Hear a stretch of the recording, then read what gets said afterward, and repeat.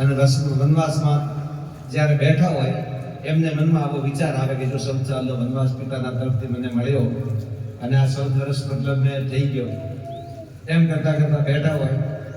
સીતાજી એમના બાજુમાં બેઠા હોય. જ્યારે સીતાજી બાજુમાં બેઠા હોય તો ભગવાન રામને આવો વિચાર આવે કે વનવાસ તો મને મળ્યો, સીતાને તો મળ્યો નથી. પણ હું કેટલો ભાગશાળી હું કે સીતા મારા દુઃખમાં દુઃખી થવા તૈયાર થઈ. જે સ્ત્રી, જે પત્ની પોતાના પતિના દુઃખમાં દુઃખી થાય અને પતિના સુખમાં સુખી થાય એ સાચી સતી. અને જે પુરુષ છે એ પત્ની દુઃખી હોય, ઘરમાં બીમાર હોય, તકલીફ હોય, એની સેવા કરે. ઘરમાં પત્ની સેવા, આપણે કોઈ બૈરાની સેવા કરતો હોય તો એને પેલું કે આવતા બૈરાની સેવા કરે. બૈરાની સેવા કેમ કરો? લક્ષ્મી રૂપે, સરસ્વતી રૂપે, ઘરની અર્ધાંગીની અને જોડું હે તો એક અણ માટે ભગવાને જોડું બનાવી, એકબીજાના સુખમાં સુખી થાવ, દુઃખમાં દુઃખી થાવ. સેવા તો કરવી પડે.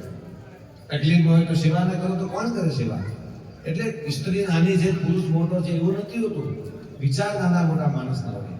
એટલે ભગવાન બેઠા ને મનમાં વિચાર આવ્યો પ્રભુ શ્રી રામને કે હું કેટલો ભાગશાળી કે સીતાજી મને પત્ની મળી.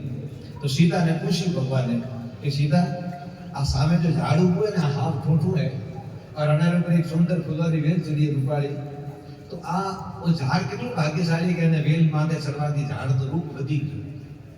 તો ભગવાનની વાત સીતાજી સમજી ગયા અને સીતાજીએ ભગવાન રામ શું કહેવા માંગે એમને ખબર પડી. એટલે ભગવાનને વિનંતી કરી કે પ્રભુ તમારી વાત સાચી છે, આ ઝાડ તો ભાગ્યશાળી છે.